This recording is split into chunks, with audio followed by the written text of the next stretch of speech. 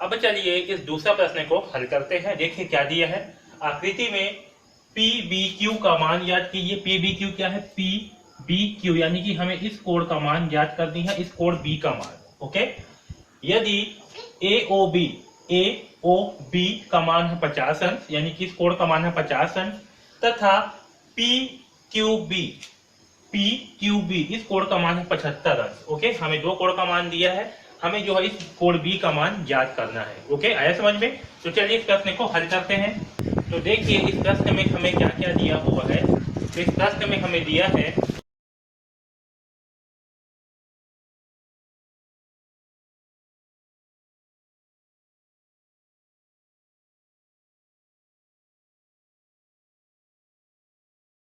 इस प्रश्न में हमें क्या दिया है? चाप ए बी। ठीक है, जो ए बी चाप है इसके द्वारा केंद्र पर अंतरित कोण दिया हुआ है। हमें क्या दिया है? ये कोण क्या है आपका? ए ओ बी जो है केंद्र पर अंतरित कोण है, और ए ओ बी का मान क्या दिया है हमें? कोण ए ओ बी का मान दिया हुआ है 50 अंश। ओके, तो केंद्र पर अंतरित कोण का मान क्या है? 50 अंश। और हमने एक प्रमेय पढ़ा था कि केंद्र पर अंतरित कोण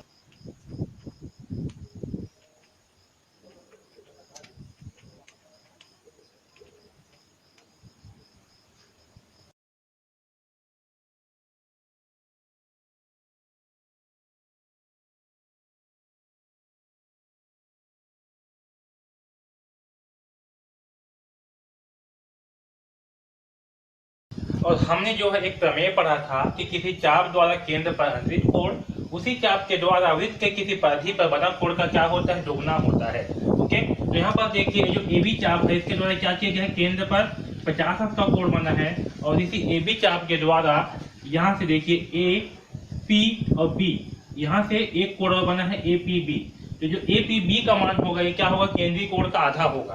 ओके, यानी कि ये जो आपका केंद्रीय कोण है, कौन सा है केंद्रीय कोण?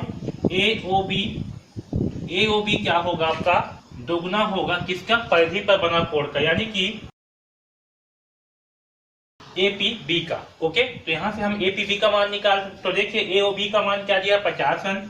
तो ये होगा 50 अंश बराबर 2 इंटू ए पी बी। ठीक है, क्योंकि ये ए ओ बी क्या है? केंद्रीय कोण है, और केंद्रीय कोण का मान क्या होगा? दुगना होगा उसके परिधि पर बना कोण से। ओके, इसलिए 2 ए पी बी हो गया यहाँ पर। आया समझ में? तो देखिए यहाँ से ए पी बी का मान क्या होगा? 2 को कर देंगे पक्षांतर, तो होगा 50 अंश बटे 2 बराबर कोण ए पी बी, यानी कि 2 एकम 2, 2 पच्चीसम 50। ओके, तो यहाँ से हमें कोण ए पी बी का मान क्या प्राप्त होगा? 25 अंश प्राप्त होगा कोण ए पी बी का मान। ठीक है, यानी कि इस कोण का मान क्या हो गया?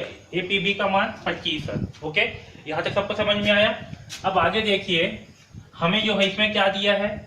हमें त्रिभुज पी क्यू बी में क्या दिया है? इसमें दिया हुआ है कोण पी क्यू बी, और पी क्यू बी का मान क्या दिया? 75 अंश। ये क्या है? हमें दिया हुआ है। ठीक, दिया है। अब देखिए इस कोण पी क्यू बी में क्या होगा?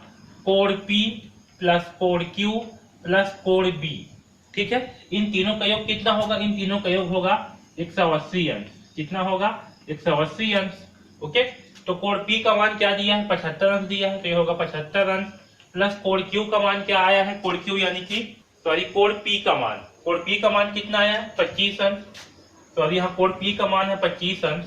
ओके, प्लस कोण क्यू यानी कि पी क्यू बी, तो पी क्यू बी का मान क्या दिया? 75 अंश प्लस कोण बी का मान हमें ज्ञात करनी है। ओके, तो कोण बी बराबर 180 अंश करेंगे। ओके, तो 25 अंश प्लस 75 अंश का मान क्या होगा?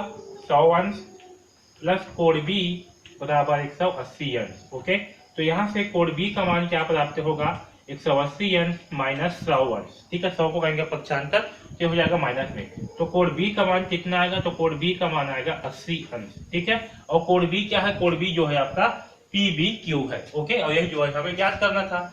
ओके, तो कोण पी बी क्यू का मान कितना होगा? 80 अंश होगा।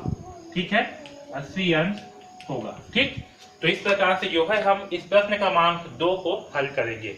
ओके, आया समझ में?